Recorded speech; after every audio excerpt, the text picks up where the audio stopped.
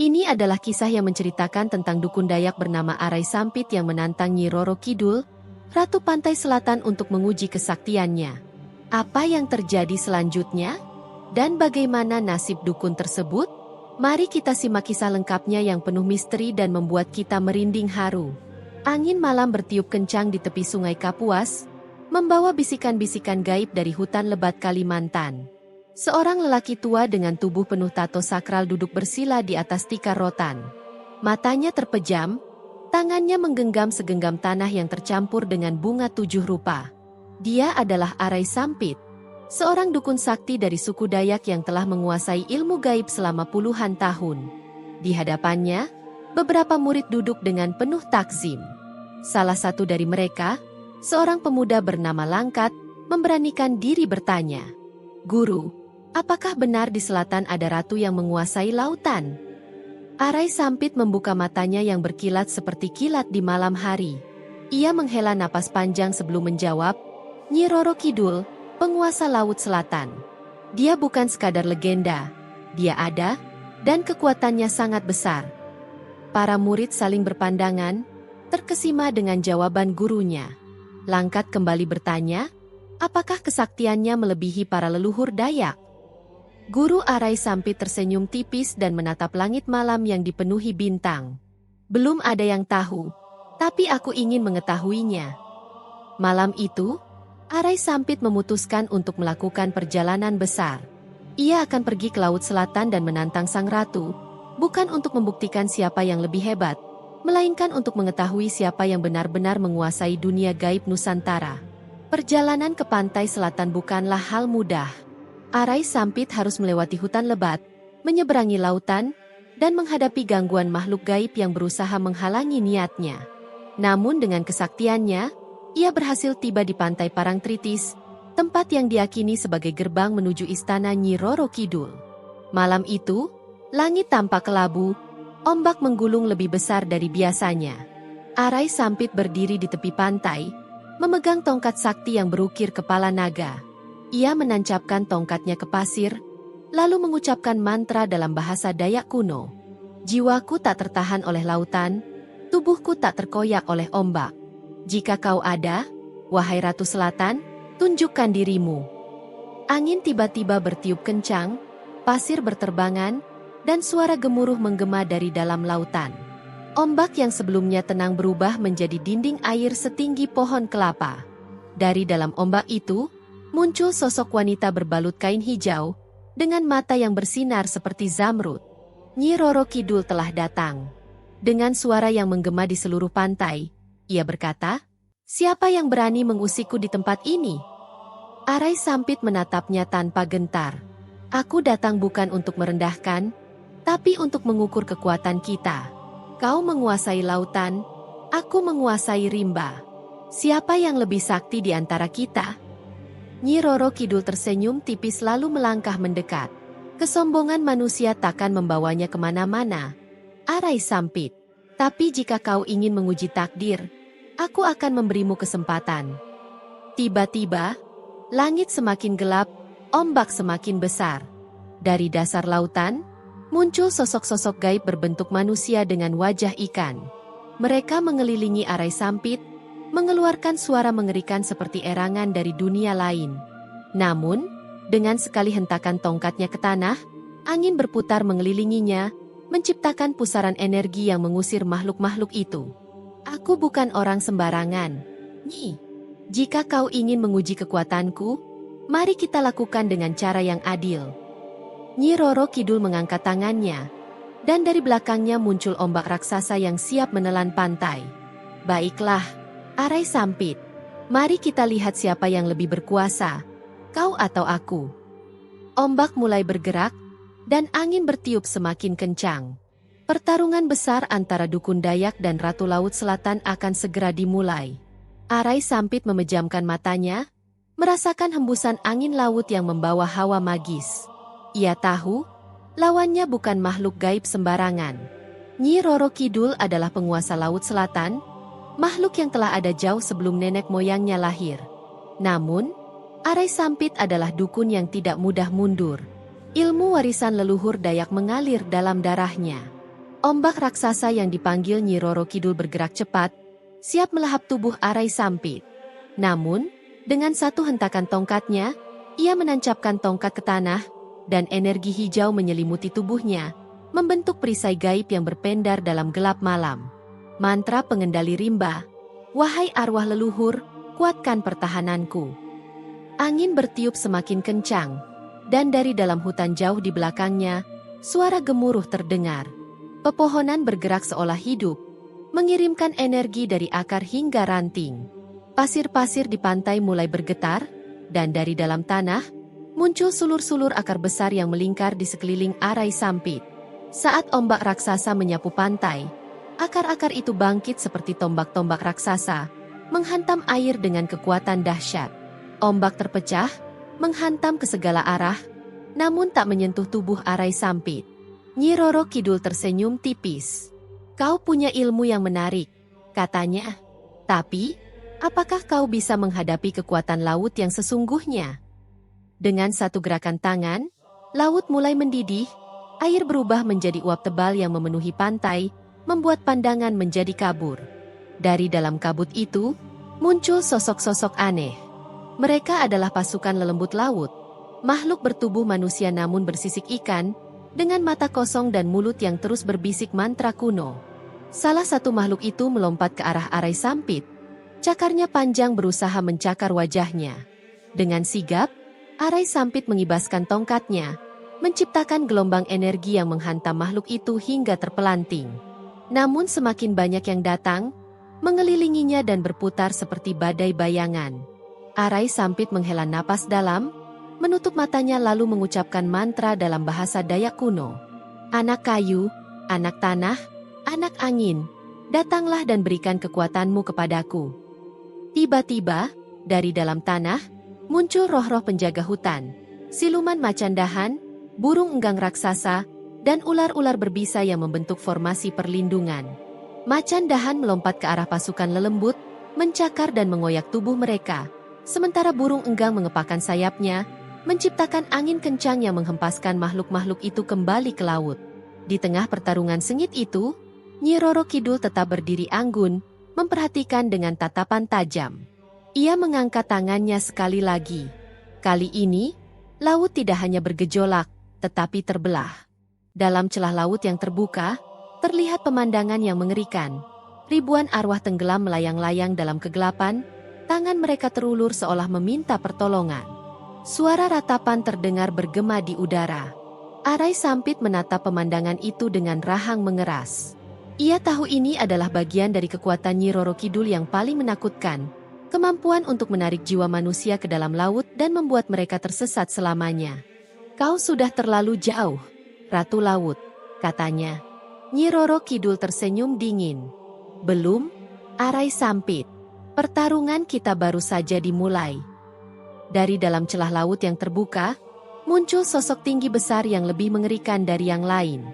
Dialah Dewangga, salah satu panglima perang gaib Laut Selatan. Tubuhnya berwarna hitam kebiruan, matanya merah menyala, dan di tangannya ada tombak emas yang berkilauan. Ia melangkah ke depan, suaranya dalam dan menggema. Dukun dari rimba, kau terlalu berani menantang penguasa lautan. Bersiaplah, karena kau akan menjadi bagian dari laut selamanya. Arai Sampit merasakan hawa dingin menusuk tulangnya. Ia tahu ini bukan lagi sekadar adu kekuatan biasa. Ia harus bertarung dengan segenap kemampuannya, atau ia tidak akan pernah kembali ke daratan. Ia berdiri tegap, menggenggam tongkatnya lebih erat. Angin laut semakin kencang, menerbangkan butiran pasir yang menusuk kulit seperti jarum. Ombak menggulung liar di belakang Nyi Roro Kidul, menciptakan pusaran air raksasa yang berputar perlahan. Di dalamnya, sosok-sosok tenggelam meronta-ronta, mengulurkan tangan mereka seolah ingin meraih kehidupan yang telah hilang. Dewangga melangkah mendekat, setiap langkahnya meninggalkan jejak air berpendar hijau kebiruan. Matanya yang merah menyala menatap Arai Sampit dengan penuh penghinaan. Dukun dari tanah hutan, kau pikir bisa menantang kekuatan laut?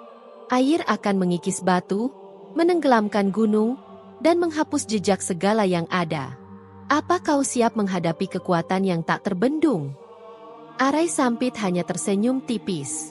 Ia bukan orang sembarangan. Ia telah menghadapi banyak makhluk gaib, siluman hutan, jin penunggu gunung, hingga roh penasaran yang gentayangan di rimba belantara Kalimantan. Namun, harus ia akui, apa yang ia hadapi saat ini jauh lebih besar. Nyi Roro Kidul mengangkat tangannya, dan seketika itu juga, langit berubah warna.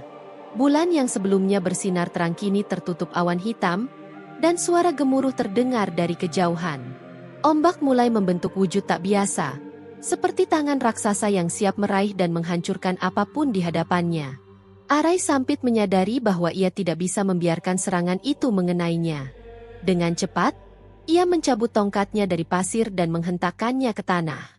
Suara gemuruh terdengar dari dalam bumi, dan dari tanah pantai yang lembab, akar-akar besar muncul, melilit tubuhnya seperti perisai.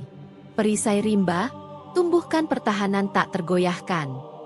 Akar-akar itu melingkar dengan cepat, membentuk kubah pelindung yang kokoh. Saat tangan raksasa air itu menghantamnya, suara benturan keras terdengar disertai dengan percikan air yang menyebar ke segala arah. Dewangga tidak tinggal diam. Ia mengangkat tombaknya dan mengarahkannya ke Arai Sampit. Kau tak akan bisa berlindung selamanya. Dari ujung tombaknya, cahaya hijau kebiruan menyala terang lalu melesat bagai kilat ke arah kubah akar. Braa! Benturan dahsyat terjadi. Akar-akar yang melindungi Arai Sampit retak dan terpecah. Ia terdorong ke belakang, kakinya terseret di atas pasir basah. Nyi Roro Kidul menyeringai. Ilmumu kuat, tapi masih belum cukup untuk mengalahkan penguasa lautan. Arai Sampit mengatur napas. Ia tahu pertarungan ini akan semakin berat. Namun, ia bukan orang yang mudah menyerah. Dengan cepat, ia merogoh kantong kulit yang tergantung di pinggangnya, mengambil segenggam serbuk putih yang telah disiapkannya. Ini bukan serbuk biasa. Ini adalah abu dari kayu besi, salah satu kayu sakral dari Kalimantan yang diakini bisa menolak segala kekuatan jahat. Dengan satu gerakan cepat, ia melemparkan abu itu ke udara sambil mengucapkan mantra. Wahai leluhur tanah Borneo, lindungi anakmu dari mara bahaya laut.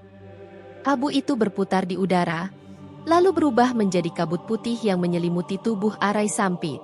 Seketika itu juga, tubuhnya terasa lebih ringan, pikirannya lebih jernih, dan kekuatannya meningkat. Dewangga mengayunkan tombaknya sekali lagi. Namun kali ini, Arai Sampit melompat menghindar dengan kecepatan luar biasa. Ia mengibaskan tongkatnya, menciptakan gelombang energi yang langsung menghantam tubuh Dewangga. Duaar! Dewangga terpental beberapa meter ke belakang, jatuh ke dalam air. Nyi Roro Kidul memperhatikan dengan sorot mata tajam. Ia mulai menyadari bahwa lawannya bukan sembarang manusia. Kau memang hebat, Arai Sampit, katanya dengan suara yang menggema. Tapi kau masih belum melihat kekuatan Laut Selatan yang sesungguhnya. Tiba-tiba, seluruh pantai bergetar hebat. Dari dalam laut muncul sesuatu yang sangat besar. Sebuah kepala naga raksasa dengan mata yang menyala hijau kebiruan dan sisik yang berkilauan seperti mutiara. Napas naga itu cukup kuat untuk menyebabkan angin kencang berputar di sekitar pantai. Nyi Roro Kidul dengan lembut mengelus kepala makhluk itu. Inilah penjaga kerajaan Laut Selatan, ujarnya. Naga laut kencana. Arai Sampit menelan ludah, memandang naga laut dengan penuh kewaspadaan. Ia telah bertarung dengan banyak makhluk gaib. Namun menghadapi naga laut ini adalah ujian terbesarnya. Naga itu membuka mulutnya lebar, memperlihatkan deretan gigi tajam yang mampu meremukkan batu karang. Arai Sampit tahu bahwa pertarungan sejati baru saja akan dimulai. Ia berdiri tegap, matanya tajam mengamati naga laut yang mengangkat kepalanya tinggi, nyaris menyentuh langit yang kini gelap pekat. Nafas naga itu berat, dan udara di sekitarnya terasa semakin padat. Seperti ada sesuatu yang menekan tubuhnya dari segala arah. Di belakang Nyi Roro Kidul, ombak semakin tinggi menggulung dengan liar, disertai raungan makhluk-makhluk gaib yang mengintai dari balik kabut. Dewangga, Panglima Gaib Laut Selatan, masih berdiri di samping Nyi Roro Kidul. Tubuhnya yang tinggi dan berpendar hijau kebiruan tampak semakin menyeramkan di dalam kegelapan. Arai Sampit, kau benar-benar ingin mati di sini? Suaranya bergema seperti petir. Arai Sampit menyeringai tipis. Aku tidak akan mati begitu saja, kecuali tanah dan leluhurku mengizinkannya. Dengan satu hentakan tongkatnya ke pasir, tanah di bawahnya langsung bergetar. Akar-akar raksasa muncul dari dalam pasir basah, merambat cepat melilit kaki Dewangga dan mencoba menjalar ke arah Nyi Roro Kidul. Panglima Laut Selatan itu menggeram, mengayunkan tombaknya untuk menebas akar-akar tersebut. Namun, sebelum ia bisa menghancurkan semuanya, Arai Sampit sudah bergerak. Ia melompat dengan kecepatan luar biasa, tangan kirinya melepaskan segenggam serbuk abu kayu besi ke arah Dewangga. Serbuk itu bukan debu biasa. Begitu menyentuh tubuh Dewangga, cahaya hijau kebiruan yang menyelimutinya berpendar aneh, lalu melemah. "Apa ini?" teriak Dewangga kesakitan. Arai Sampit tersenyum puas. Abu kayu besi, benda sakral dari tanah Borneo. Tidak ada makhluk halus yang bisa menahan kekuatannya. Namun, sebelum Dewangga benar-benar tumbang, Nyi Roro Kidul mengangkat tangannya. Seketika, angin berhenti. Gelombang pasang yang sebelumnya menggila tiba-tiba membeku, seperti patung raksasa dari air. Arai Sampit merasakan hawa dingin menjalari tulangnya. Ia tahu bahwa Nyi Roro Kidul baru saja memanggil kekuatan sejatinya. Sang Ratu Laut Selatan melangkah maju. Setiap langkahnya membuat pasir di bawahnya berubah warna dari putih menjadi hitam pekat. "Aku sudah cukup bersabar, Arai Sampit," katanya dengan suara lembut yang justru terasa sangat mengancam. "Sekarang, aku akan tunjukkan apa artinya melawan penguasa Laut Selatan." Tiba-tiba, tubuh Nyi Roro Kidul berpendar dengan cahaya hijau terang. Dari belakangnya muncul bayangan raksasa yang menyerupai dirinya, tetapi dengan mata yang lebih tajam, rambut panjang yang menjuntai hingga ke dasar laut, dan sepasang tangan yang begitu besar hingga bisa menutupi seluruh pantai. Arai Sampit tertegun. Ia pernah mendengar cerita ini, ilmu tertinggi Nyi Roro Kidul, ilmu bayangan Laut Selatan, yang hanya digunakan saat sang ratu menganggap lawannya layak untuk dihabisi. Arai Sampit menggertakkan giginya. Ia tidak boleh kalah. Dengan cepat, ia mencabut pisau sakti dari pinggangnya. Pisau mandau berlapis minyak akar bahar yang diwariskan turun-temurun oleh leluhur suku Dayak. Ia menghunus pisau itu ke depan, lalu membacakan mantra yang membuat pisaunya berkilauan merah menyala.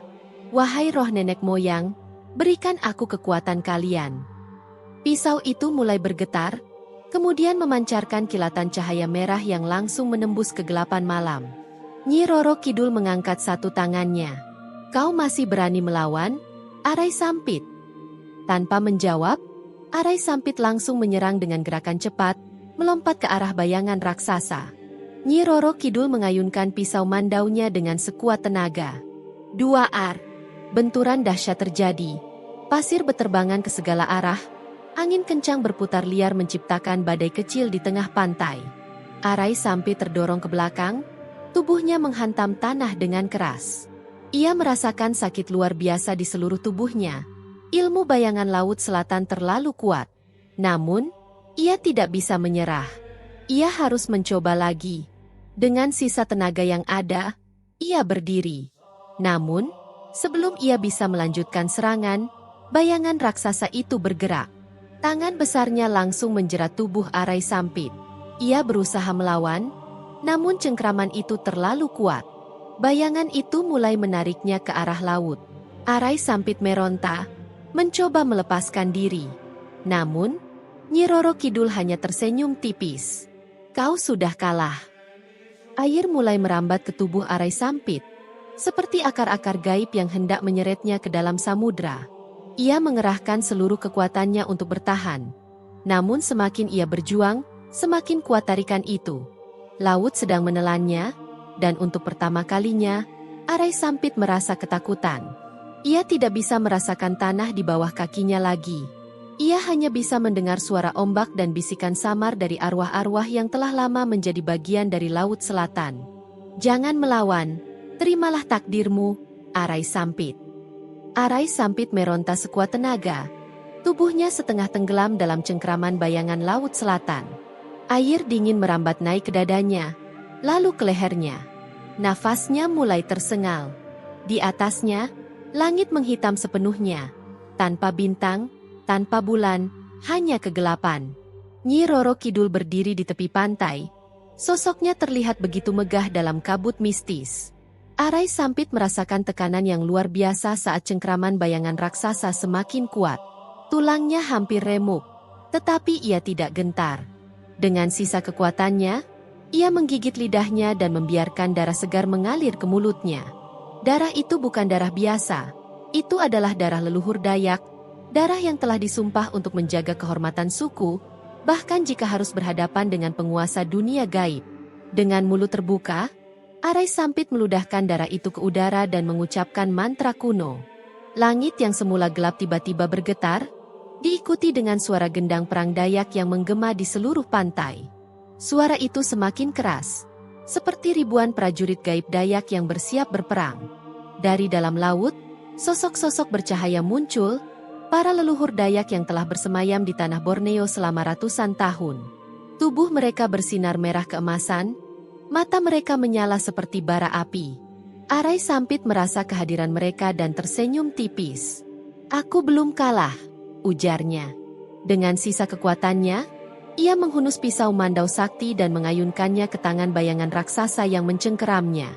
Kilatan merah keemasan memancar dari bilah pisau itu, membelah tangan bayangan itu. Arai Sampit terjatuh ke pasir, terengah-engah, sementara bayangan laut selatan meraung kesakitan. Nyi Roro Kidul menatapnya dengan tatapan tajam. Tetap tenang, namun ada ketertarikan di matanya. "Menarik, kau benar-benar berbeda dari manusia lain yang pernah menantangku," ujarnya. Di belakang Arai Sampit, para roh leluhur Dayak mulai melayang, siap bertempur. Gendang perang semakin keras, angin bertiup liar menciptakan pusaran badai di antara dua kekuatan ini, satu dari tanah, satu dari lautan. Pertempuran sesungguhnya baru saja dimulai. Nyi Roro Kidul mengangkat tangannya tinggi dan menjentikkan jarinya. Laut bergolak, dan dari dalam samudera muncul makhluk-makhluk gaib laut. Ikan berkepala manusia, siluman ular laut, dan pasukan berseragam zirah dari kerajaan bawah laut.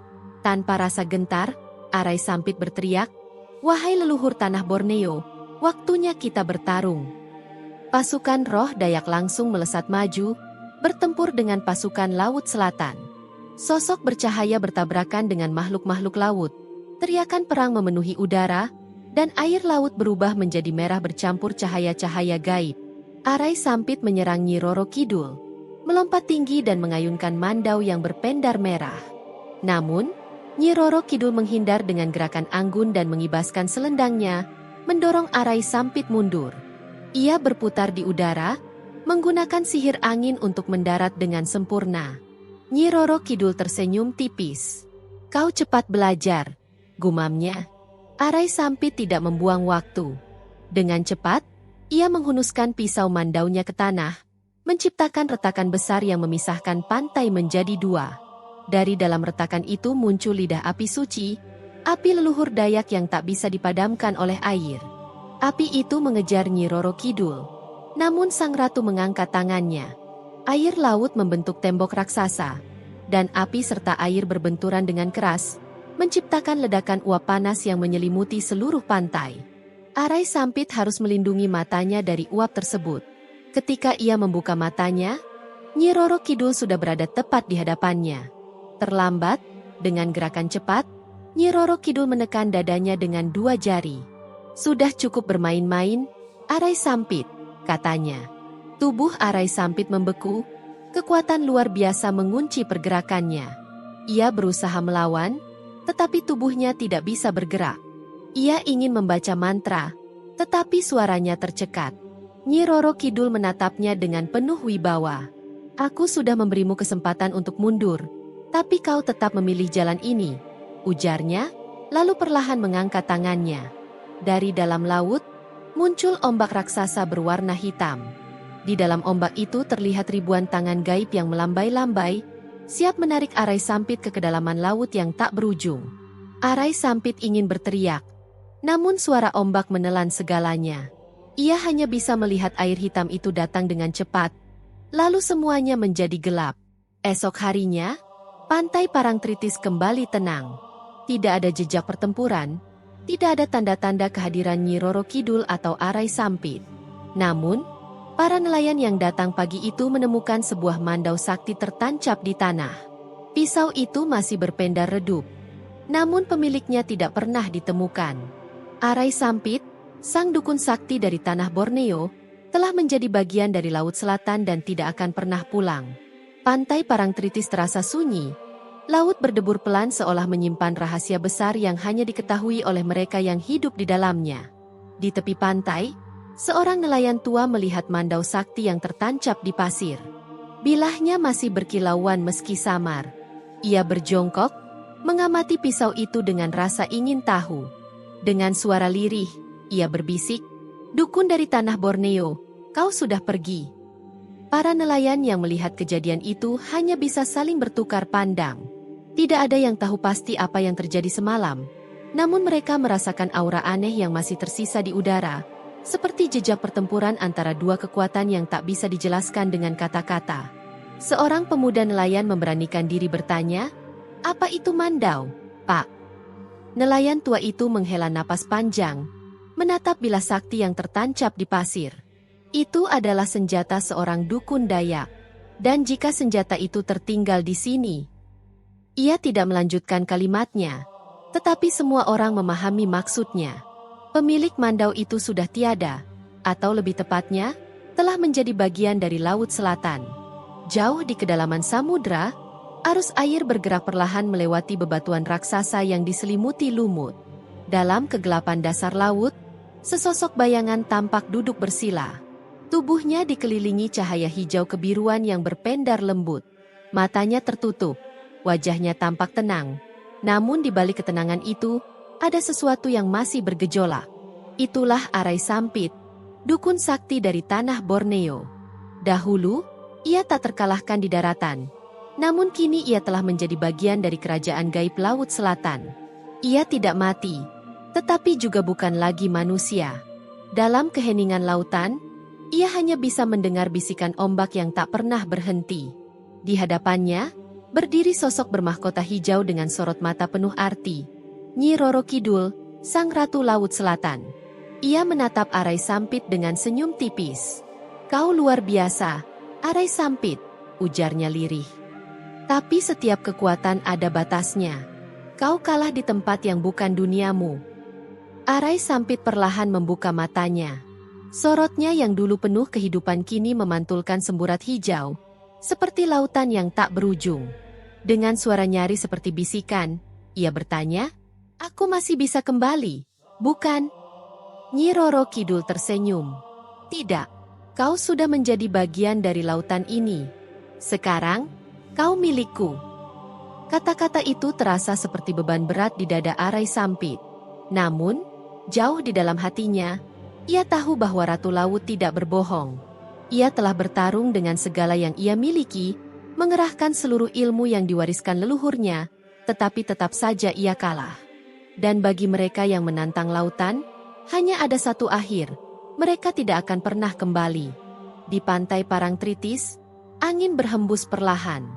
Mandau sakti yang tertancap di pasir mulai kehilangan cahayanya, seolah energinya perlahan menghilang. Seorang lelaki tua, penjaga pantai yang dikenal memahami dunia gaib, melangkah mendekat. Ia menatap mandau itu dengan mata yang telah menyaksikan banyak kejadian mistis dalam hidupnya. Dengan suara lirih, ia berbisik, "Dukun Dayak itu kini telah pergi. Laut telah mengambilnya." Ia menoleh ke arah laut yang tampak tenang. Namun, bagi mereka yang bisa melihat, mereka tahu bahwa Arai Sampit masih ada di sana. Ia mungkin bukan lagi manusia, bukan lagi seorang dukun Dayak. Namun, ia tetap ada, duduk dalam keheningan abadi di dasar laut yang tak terjangkau, menjadi bagian dari legenda tentang manusia yang menantang lautan, dan akhirnya menjadi miliknya. Terima kasih telah menonton, dan jangan lupa untuk mendukung saluran ini dengan menekan tombol subscribe, like dan share video ini, agar semakin banyak orang yang bisa menikmati cerita-cerita menarik lainnya. Sampai jumpa di cerita berikutnya.